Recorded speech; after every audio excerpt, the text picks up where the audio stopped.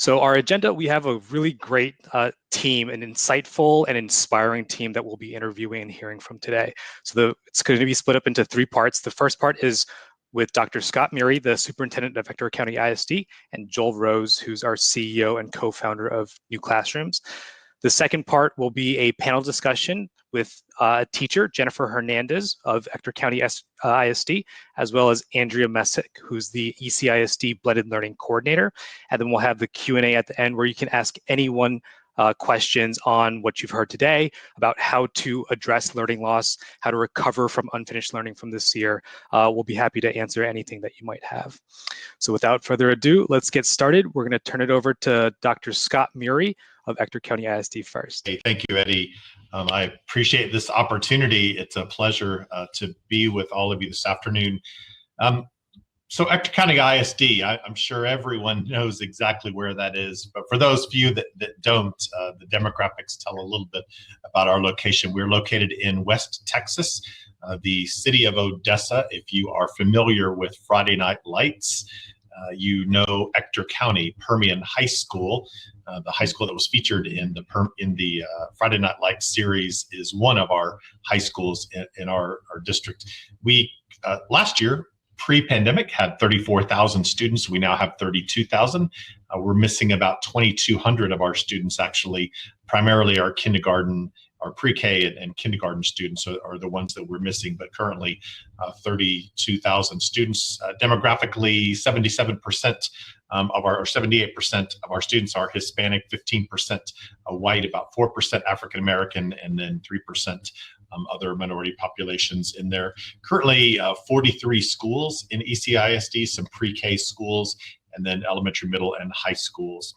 And then TeachtoOne specifically, which is what we'll talk about today, is involved in 3 of our middle schools within ECISD. So excited to be able to bring that opportunity to our kids.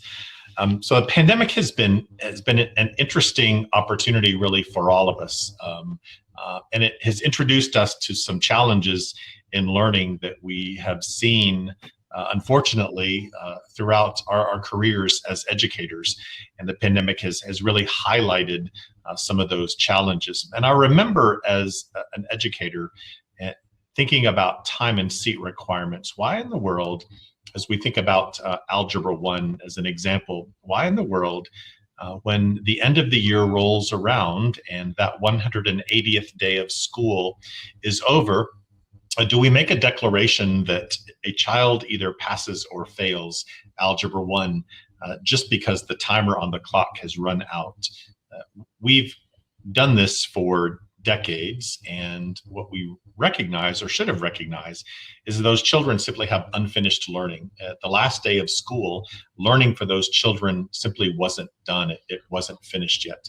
And that is our opportunity in education today, is to deal with that unfinished learning of our students.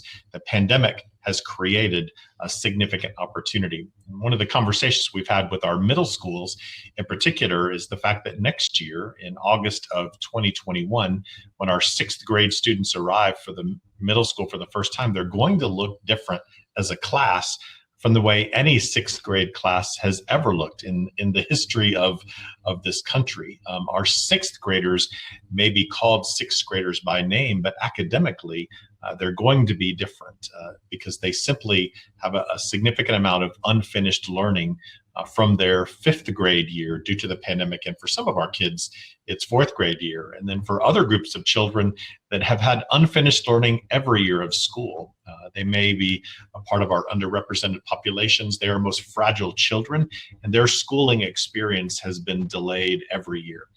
But as those children arrive to middle school, one of the things that we've always done with those kids is we treat them as 6th graders, and we make an assumption that they're all the same, when in reality, the world has never been like that. Our kids have never been the same. And now in this pandemic, I think that awareness in each of us is certainly heightened. We recognize, and we're preparing for a group of 6th graders, 7th graders, 8th graders, every grade level student that is going to be different because of the experience of the pandemic. Across our country, so we have children that have yet to return to school, so they've been out of school for well over a year. We have other children in other parts of our country that have been in school. For instance, in our own district, we had 4,200 of our students that came back to school in August of 2020. So we have many kids that have been a part. They've had physical learning, face-to-face learning every single day this entire school year, and they've had opportunities to grow, learn, and be developed. But how in the world are we going to address these unique needs, these individual learning needs of children, if we think about specifically mathematics looking the same as it has always looked, making an assumption that every sixth grader needs to learn exactly the same thing? That has never been our reality, and I think the pandemic has made us more aware that that is certainly not the reality today. Our opportunity is to address individual student needs, and that is for us as an organization where TeachtoOne has come into play. TeachtoOne is an opportunity for our educators, our school system, if you will, to think about children not as a group of sixth graders, but to think about children as individuals, to understand their unique learning needs, and then to address very specifically the learning needs of each student, to monitor their learning needs, their goals, their outcomes, their progress on a daily basis, not just at the end of the year, but actually daily, monitoring the growth and development of our children, so that whoever that sixth grader may happen to be academically in the area of mathematics, we can take them wherever they are, if they are a first grader mathematically, or perhaps an eighth grader or a ninth grader mathematically, but all wrapped up and packaged into that sixth grade body. TeachtoOne allows us to meet the individual needs of those students and then take them on that mathematical journey of excellence that every single child deserves. It uses the blended learning concept, and blended learning, again, takes a highly effective teacher and marries that teacher with the very best in virtual learning. When you put those two together, it creates significant opportunities to individualize, to personalize for each student. It allows teachers to spend much more of their time working in small groups and supporting the growth and development of individual students. It is a wonderful opportunity for kids to look at the different modalities of learning. Not every child learns the same way. We know that as educators. TeachtoOne provides an opportunity for kids to experience mathematics every single day in a very different modality of learning, so that if they don't relate to one modality, they can certainly transition to another modality, with the goal being that every child every day has a successful mathematics experience. And in this time in which all of us across the country are dealing with the results of the pandemic, now more than ever is a time to think differently about the way we educate children, specifically in the area of mathematics. And TeachtoOne is that opportunity for us in Ector County ISD to kind of transform the learning experience for kids that ultimately will allow them to be highly successful, highly skilled mathematicians. The expert in all of this is Joel Rose. Joel is the CEO of TeachtoOne, and he and I have known each other for a long time. I appreciate his thinking about this topic, and as a math teacher himself, he knows and understands what the needs of our children are and how to best address them. And again, we as a school system, as well as other school system in which I've been a part, have seen just the power of personalizing learning down to the individual student level. So Joel, I'll turn it over to you and let you share a little bit more about this incredible opportunity for kids.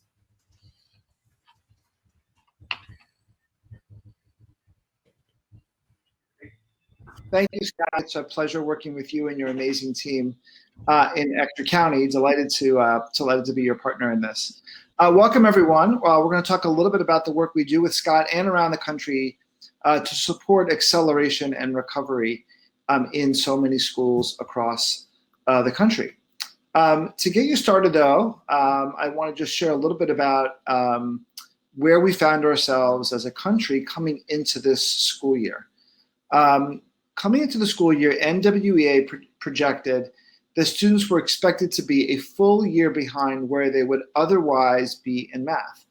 And as Scott mentioned, where they would otherwise be in math wasn't often on grade level. It was below grade level. So the question then, and the question is even more true today, is how can schools systematically address learning loss and accelerate learning? And we've spent the better part of a decade focused on this question as it relates to mathematics. And our hope today is to share with you a little bit about what we've learned on this journey, so you might find it useful in however you choose to address this profound challenge today. To begin with, when we think about math, it is important to think about math not as one thing, but as a series of roughly 300 interrelated skills that bridge a student from basic numeracy all the way through algebra.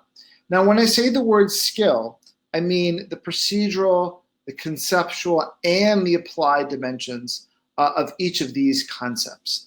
Sometimes when people say the word skill in math, they're only referring to the procedural. We're referring to all of it. So topics you might see in the chapter as a chapter in a textbook, like multiplying fractions or surface area and volume, or adding and subtracting linear equations. These are all critical skills that students learn on their journey to get through Algebra 1. Now, 3 important attributes of a specific skill. 1, all of them require some level of predecessor knowledge. It's really hard, for example, to learn 2-step equations if you haven't quite mastered 1-step equations. The second is they can be mastered at varying levels of depth. And then the third is each of these skills can fade in and out of students' long-term memory over time. If there's one chart to focus on in this entire conversation, it is this one. It is the analysis between skills and grade levels. So we took all the different state standards and we've reflected them in a different way, as you see on this chart. And the way this works is if, for example, you're in a state and that you're a 4th grader, you're the 4th grade teacher, there'll be roughly 42 skills, you see this all the way on the left, that a student in your class will need to master in order to be proficient on that 4th grade assessment. But to learn those 42 skills, there are 22 predecessor skills. You see that below. And those 22 predecessor skills are things like you have to know how to add before you know how to multiply. Real critical foundational skills that are necessary to successfully access the 42 4th grade skills. So there's really 64 skills in 4th grade. And then if you go to 5th grade, there are 40 5th grade skills. But to learn those 40 skills requires 30 out of the 42 4th grade skills. And then you see it requires a set of pre-4th grade skills. And this is how math cascades over time. So we know, for example, that for a student to get through algebra, all the way on the right, there are 52 skills that the students will typically learn in an algebra class. That's the top of the column. But to truly master algebra requires mastering a whole set of algebra-related skills that students should have learned in the 8th grade, the 7th grade, the 6th grade, and so forth. It's really looking at the full column, the full 147 skills that are in the algebra column. Now, most of the time, what schools have done is they focus on the top of the column. The 4th grade teacher has a set of 4th grade textbooks and teaches the 42 4th grade skills. Then the student goes to 5th grade, they're taught the 40 skills in 5th grade, and so on and so forth. If schools continue to operate in this way coming into next year, there's a real risk of a second wave of learning loss. Because when students are taught grade level content, when they don't have many of the foundational skills required to succeed with that grade level content, they can fall further from the bar of proficiency. So this chart shows you that if a student is on grade level, like the student at the top, they get 5th grade material in 5th grade and 6th grade material in 6th grade, they can stay on course. But for students who are behind for whatever reason, if they're only getting grade level material, they will fall further and further behind. We wrote about this issue extensively in a report that we released before the pandemic in 2019 called the Iceberg Problem. In that report, we argued that many states and districts and schools are focused exclusively on the state summative assessment. And what will typically happen is a student may go into the 6th grade, and there'll be a set of skills that she learns, but a set of skills that she will not learn. When that student then goes into the 7th grade, what we'll see is the same pattern happening. Some 7th grade skills may not require as much predecessor knowledge, and the student will learn those skills, but there'll still be unfinished learning that now compounds. Now it's 6th grade and 7th grade. And then the same thing happens in 8th grade. Many schools are, again, just focused on what they can see was to be whether a student got a 1 or a 2 on the grade level assessment, but all of this unfinished learning is accumulating below the surface, and that's going to make it harder for students to actually succeed in high school. We see this in national data. If we look back in 2015, 4th graders across the country, 40% were proficient. When that same cohort of students became 8th graders, 34% were proficient. Now, this pattern of 4th grade scores in 2015 being higher than 8th grade scores in 2019 is true in 50 out of 50 states. It is not true in reading. In some cases, reading proficiency goes up. In some cases, it goes down. But in math, it always goes down. What we are focused on and what we've learned over the last 10 years in trying to support recovery and acceleration is a concept that we call tailored acceleration, which is about providing each student with a path to proficiency. What that requires is for each student giving them a mix of pre-grade, on-grade, and in some cases post-grade skills that are designed to get the student to proficiency in 1, 2, or 3 years, depending on how far behind they are. There are a number of different ways that schools can implement tailored acceleration, depending on how far they want to go into the process. And we'll walk you through what those are. On one end of the spectrum, a school may say, I really want to understand what each student knows and doesn't know related to getting to proficiency. I want a very precise assessment, a skill level diagnostic. Or they might say, I want a diagnostic and I want a way to track whether students are progressing on their roadmap. So those are sort of one set, and we have one solution that does that called TeachtoOne Roadmaps Free. Moving further along, some schools may say, look, we want to stay with our core curriculum, but we want a digital product that students can use at home. So our math teachers can assign students 30 minutes a night that's personalized and tailored to their unique needs. Or they may say we want to use a digital product as an intervention tool for teachers to use, or even as a class period for students who may be behind. And we have a solution for that called TeachtoOne Roadmaps Plus. And then finally, a school may say, actually, we really need to change the entire classroom experience so that every student can be on their own personalized path and they can learn with teachers independently and collaboratively, all in their own modalities. And that we call TeachtoOne Roadmaps TeachtoOne 360. And that can be implemented both as a supplement to a core curriculum as well as a replacement for a core curriculum. And we'll walk you through what each of these solutions can do. So let's start first with TeachtoOne Roadmaps Free, and we'll go back to this chart. So what TeachtoOne Roadmaps Free does is it provides a free diagnostic on the column. So it's an adaptive test, and it pulls only from the algebra column plus whatever column a teacher chooses. So it could be algebra plus 7th grade, algebra plus 8th grade. And because it's only pulling items from those two columns, it's able to provide to the teacher and the student and the parent very precise skill level information of what students know and what they don't know. It's a 3-part diagnostic assessment. Each part takes 30 minutes. And then what emerges is their roadmap. So in this case, this is a graphical representation of an algebra roadmap.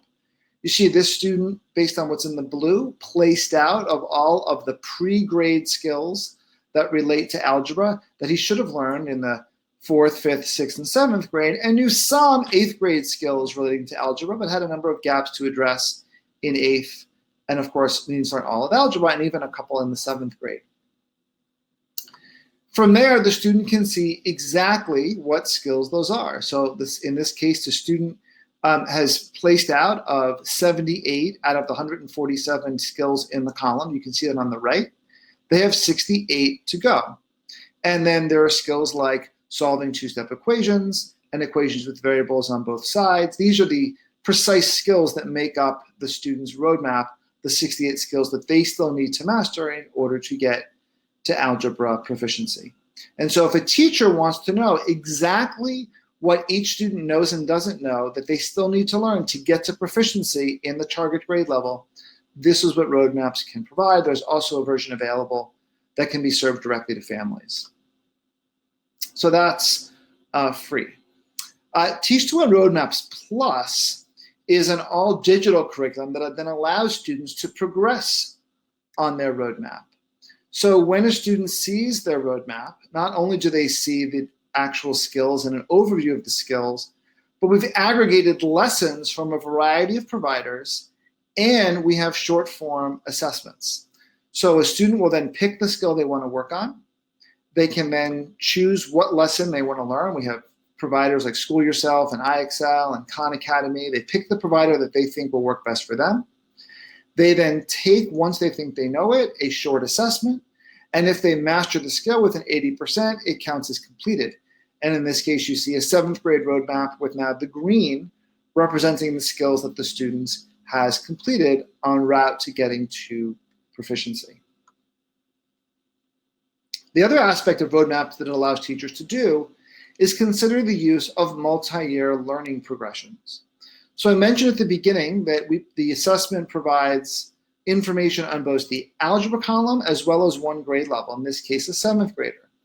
So if a teacher looks at a student's 7th grade roadmap and says, okay, in this case, the student really needs to learn, let's say 110 skills in order to master 7th grade proficiency, perhaps that is improbable in the course of a single school year. It's not impossible, and maybe they can add extra time or tutoring to make that happen. But if the school believes it's improbable, what they can do instead is have the student focus on the algebra column and have them do that for 2 years, as opposed to focusing just on the 7th grade column for 1 year. This is what a multi-year learning progression is all about. You think about that chart I showed you with the swoops. This is what it means to focus on one of the swoops at the bottom. A very strategic surgical mix of pre-grade and on-grade skills that are all aligned to getting a student to algebra proficiency. And then finally, there's TeachtoOne 360, which is what we do with Scott and his team in Ector County. I know we'll talk a little bit more about what TeachtoOne 360 looks like with some teachers who operate in the program. To give you a sense for how different it is and how it works, imagine you're a 7th grade student and you have reading first period in room 206, you have PE second period in the gym, third period you have math. And instead of walking into room 105, you walk into what's typically a big open space with lots of different stations. In some stations, kids work with teachers. In some stations, kids work collaboratively.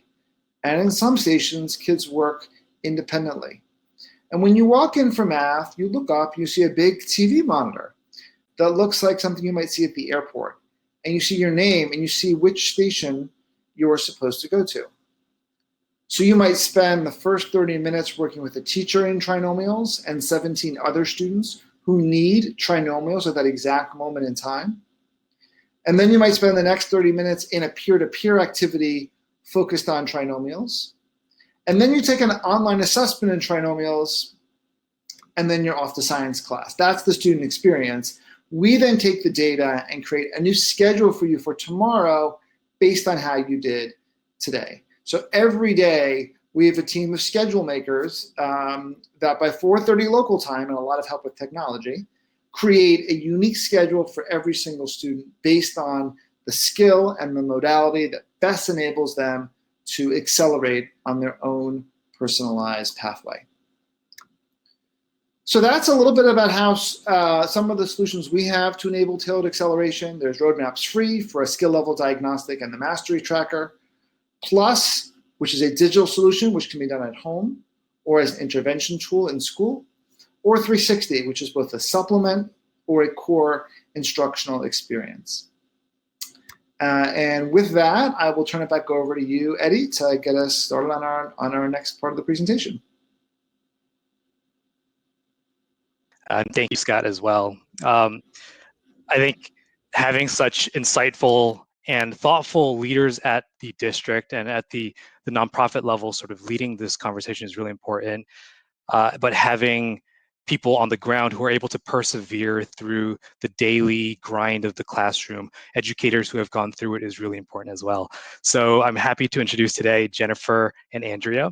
Jennifer is one of our 6th grade teachers in Ector County ISD who's been a superstar, and I've been in her classroom many times and have been really impressed by what she's done.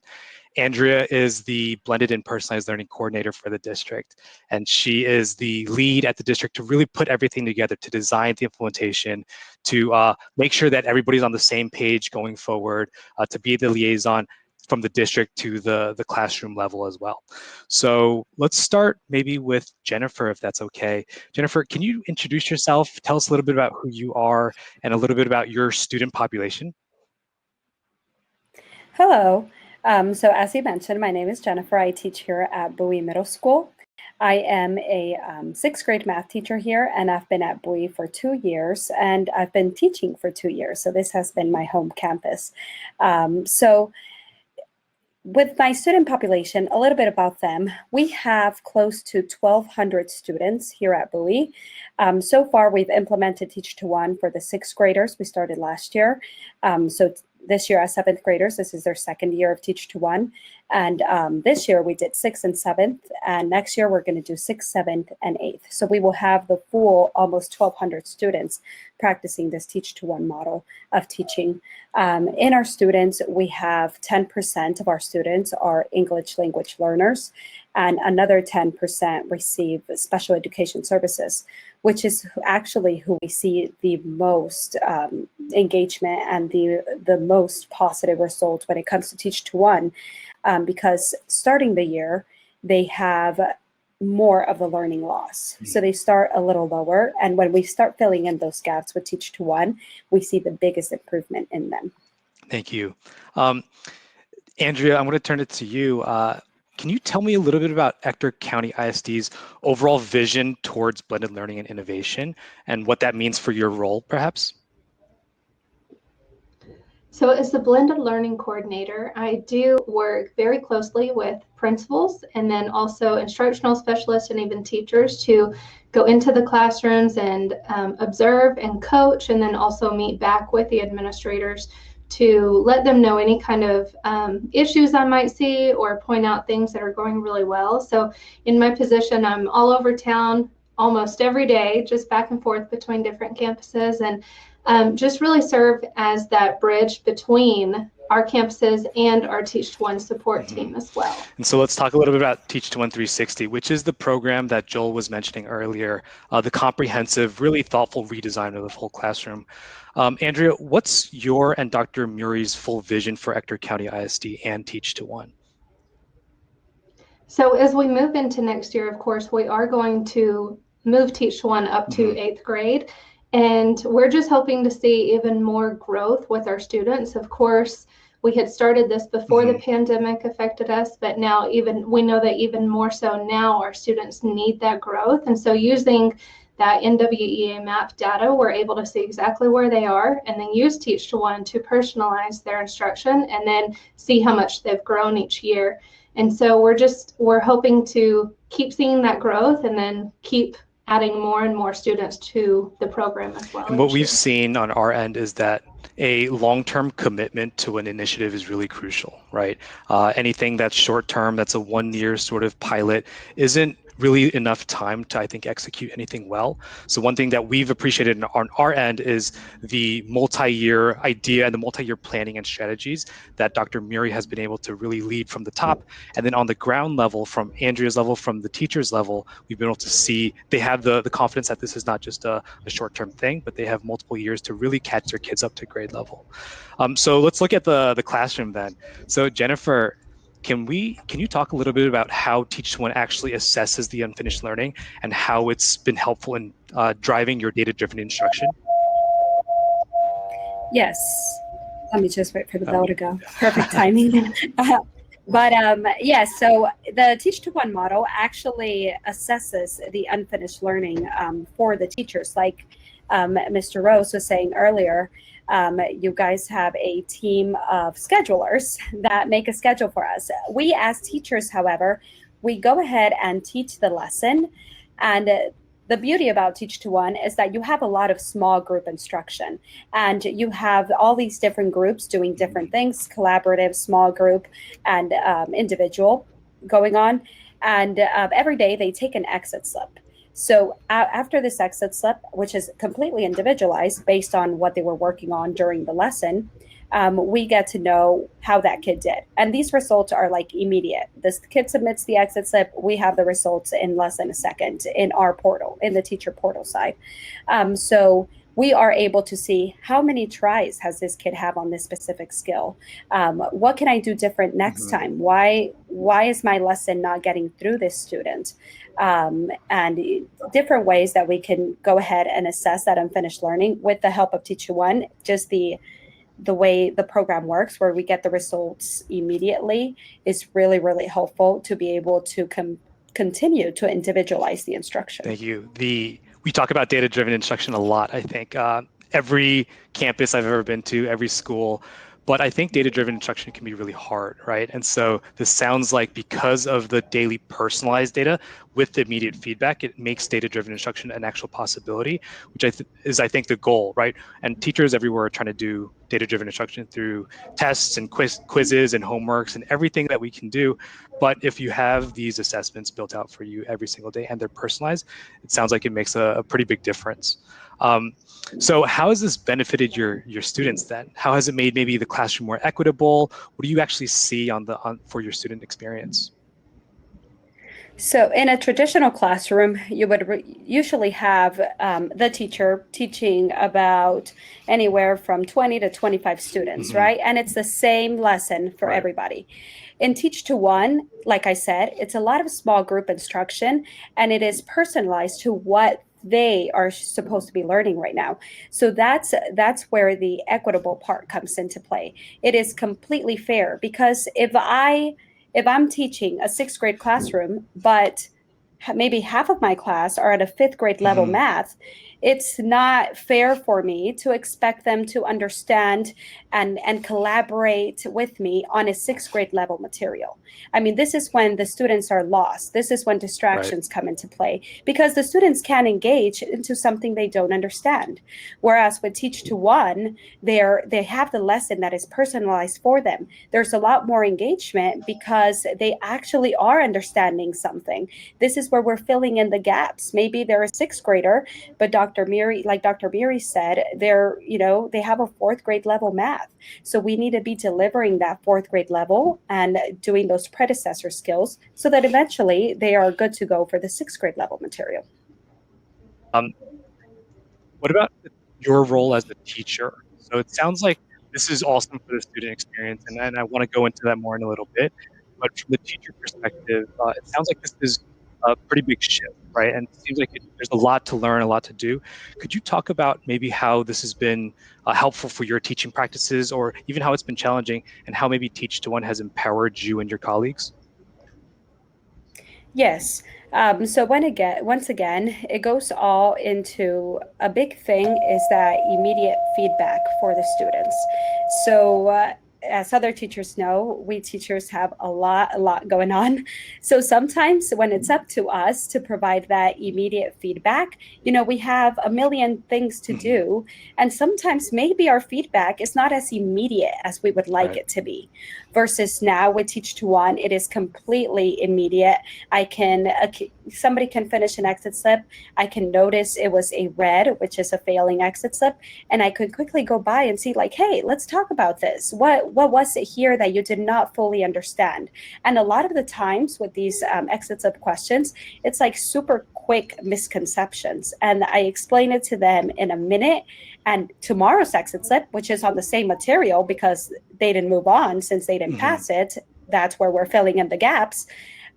They remember, oh, this is what Ms. Hernandez said. This is how I should be doing this. And it was a quick misconception, and they get it done. So the immediate feedback opportunity and how easy that is to provide to students now has really made us better teachers here at Bowie Middle School. And just overall, I mean, the person like you said, before this, I would have never thought to myself, like, I have the opportunity to personalize Right. teaching for almost 30 kids. Never in a million years. But with this, it does work because the system is helping me with a lot of it. They're giving me the schedule. They're telling me exactly who should I be teaching and what lesson I should be tailoring for them. And then everybody else who I'm not teaching as direct teaching, they're in their individual group. I'm a supporter for them. So that's how this works. Andrea, I'm going to go to you. So it sounds like when a district is thinking about implementing a pretty big paradigm shift, right? So it changes the student experience and it improves it. It improves teacher pedagogy because you're doing data-driven instruction. But there's so much that goes into it from a district to really plan and design and really execute and persevere through it, right? This is not something that we just set up and just sort of let go. But on your end, I know that you're going from school to school every single day, really helping the leadership at the campus level and the teachers really make sure that this is being done right. Can you talk about the change management piece and sort of what that looked like when ECISD specifically was looking to adopt a new learning model? Maybe that thought process for you? So of course, a lot of research went into everything, just like it always does with anything we look into. But a big piece is just having an open mindset, because this is totally new. This is not something I ever did when I was in the classroom teaching.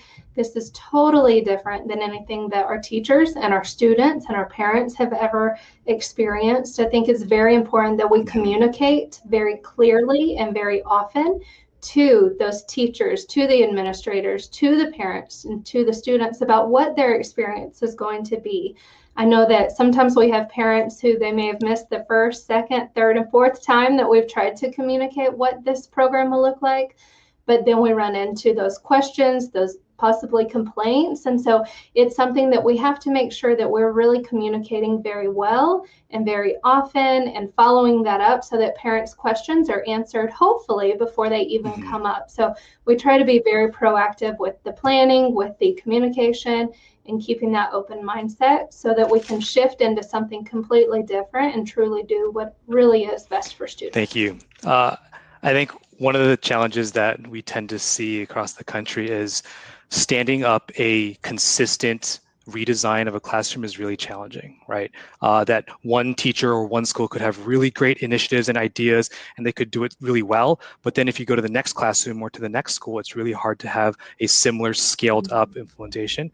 And so I think, Andrea, your role in that communication piece is a really crucial part to make sure across ECISD, across any single classroom, wherever you go, students are all taking notes. Students are all knowing where they're supposed to be. That the best practices are at least somewhat consistent with agency and autonomy in each classroom, but that communication piece and that sort of top down, but also very sort of class by class, school by school idea is scaled across the entire district. Could you actually talk about some of the differences perhaps that you see between TeachtoOne and other blended learning resources? Because I know that you do a lot in the blended learning world and that you have so much experience. Could you talk a little bit about the differences that you've seen? So something that's really neat with TeachtoOne is, like we've said a few times already, everything is personalized. So whether you're a mom or dad and looking at this from that lens, or you're looking at it from a teacher lens or an administrator lens, and you think about what your student truly needs. If you have a classroom of 30, a school of 1,200, or you're looking at it through that lens of a parent with just one, you know, just how much are they really getting that's truly fitting what their need truly is? Is it the way that they need to learn with those different modalities? Are they getting that every day? With other models, sometimes we see a collaborative piece here and there. Sometimes we see small groups come in here and there. We see station and rotation. But in those groups, are students truly getting that personalized piece that they need? You know, do you have a student in 6th grade who's really performing at that 8th grade level? Are they really performing at that 3rd or 4th grade level? Are we filling those gaps, or are we just pushing and pushing and pushing it and losing them along the way? So with this, with TeachtoOne and personalized learning, we're able to really fill those gaps and then cut out some of those other things that naturally happen in classrooms whenever students are confused or disengaged. We're cutting out discipline issues because students stay engaged longer because they're truly getting what they need. we're cutting out the disengagement based on them just being bored, because if they're an accelerated learner, then they're still getting what they need. They're not just told to grade papers for the teacher, to go help one another, to run, errands for the teacher throughout the building. They're truly engaged that full period, and they're really getting everything that they need. Thank you.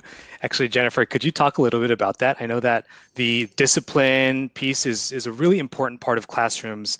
Can you talk a little bit about how TeachtoOne has helped discipline perhaps in classroom management? I'd be curious about that. Mm-hmm. Yes. So the TeachtoOne program, I mean, the students, I don't see the students bored, just like Ms. Messick was saying earlier about, when we have our accelerated learners, they actually get higher skills because they've already mastered the skills that they should know.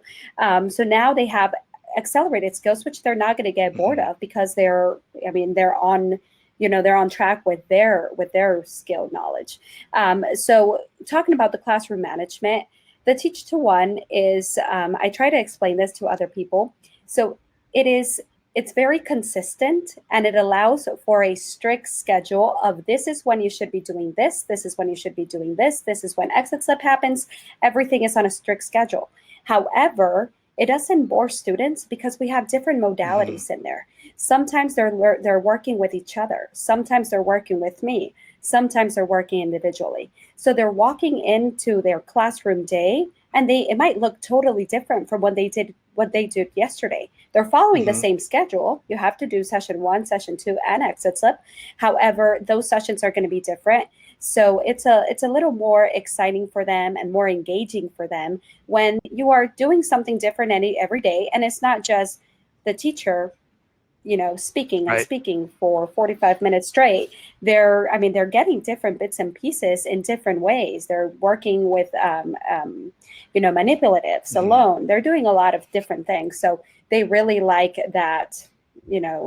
I would say it's more like a free environment for them, and exactly, very, very hands-on sometimes. So yes, it works out to keep them more engaged and less discipline issues. It sounds like when we're thinking about recovering from unfinished learning from this past year, a model like that will be really crucial, right? We can't give all the students the same thing next year. We can't go back to traditional instruction and just expect that we're just going to come back from this year's losses. But if we have a way to really have different experiences for the kids, to have really rigorous formative assessment for the kids, to have different modalities for them to really be engaged, that'll be a really crucial part, I think, of recovery. Jennifer, could you share a story perhaps of a student who's been really successful in the program that you've seen really soar? Yeah, so at the beginning of the year, we got our students and they hadn't been in school for about maybe 5 months, I think. So they hadn't been in school for a while. And, it was just the beginning of the year. It was new to them. They're new middle schoolers. So that's new. And then they're new in pandemic middle school. So it's totally different to them. They were just, they were sitting on like the ABC mats in 5th grade. And now they're like, what am I doing? I have to move from class to class alone. So yes, I talked a lot to him. And then just, mid-year, he started off the year, a lot of oranges, a lot of reds, and I'm talking about exit slips, a lot of oranges, a lot of reds, and not really, I didn't see him very engaged. But then mid-year, I just see like a burst of greens everywhere. Greens means he's doing well. He's passing the exit slips. Yeah, yes, he's passing, exactly. Greens and sparkles, and today I got a green, and today I got a sparkle green. And then where I have really seen the increase, so he didn't collaborate much in our LINs or things like that. But now in this last week, we've been doing a lot of review for our state assessment. And he has been the one getting, we're doing a lot of different games online concerning what we're learning, the skills and all. And he's been the one at the top of the class every single time, every single day. He's in the top 3. And I'm like, man, like this program just really taught him how to be a self-learner. Like at the beginning, yes, I had to be a little more on track with him, and I have to be like, hey, now we do this and move on to this. But then somewhere in between there, he just got the drill of it. And then he just started doing it alone, and he started just learning by his own. So he really took learning into his own hands. So I was very impressed by that change in such a little time. And that's the real goal, right? I think we want to be teaching math, of course, but if we can build sort of an excitement about math in students, that self-confidence, and change that mindset from I'm not a math person to, oh, I can do this. This is doable. This is exciting. This is not that hard. That self-esteem is really, I think, what we're going for. So thank you, Jennifer. It's great to hear that sort of story.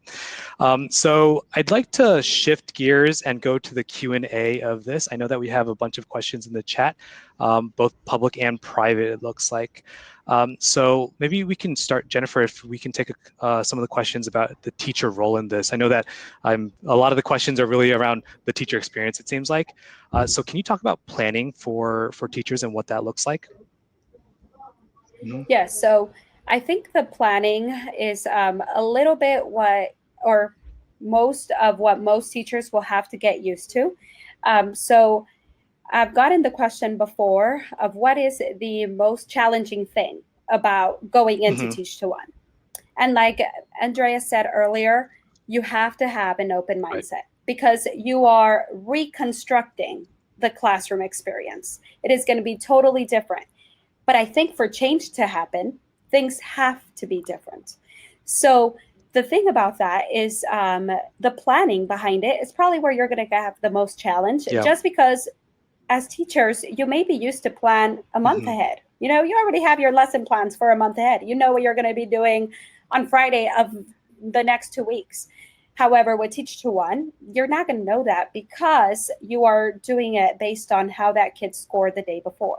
You have an idea because usually it seems to be that the skills are sort of related to each other, or most of the students are kind of learning a similar item. However, you never know how a particular student is going to do. So with the planning, what I have relied, like don't think my comment is here to scare you, because TeachtoOne provides a lot of resources for your planning. So they're going to tell you what modalities you're going to have for your periods, for each individual period. So we teach 3 blocks. So I have 6 different modalities going on in a day. They might be all LINs, they might be all independent, or a mix of anything. Collaborative is in there too. And then I look at all the resources that TeachtoOne provides. So every session comes with a primer, and every skill comes with a primer. And you get to look at that primer. There's teacher resources, there's notes, there's all the vocabulary students need to know. There's different websites. There's ideas for how to use manipulatives for your students so they understand it better. So that's what I really rely heavily on. It's that primer. So yes, Planning is something you get used to on a day-by-day basis, but it might be difficult at the beginning, but once you get the hang of it, planning is a breeze. And when we think about data-driven instruction, if you're really thinking about how data and student progressions might change each day based on the previous day's assessment, then planning does shift, right? And that makes sense. Planning a whole month in advance when things could change in the middle doesn't make sense anymore.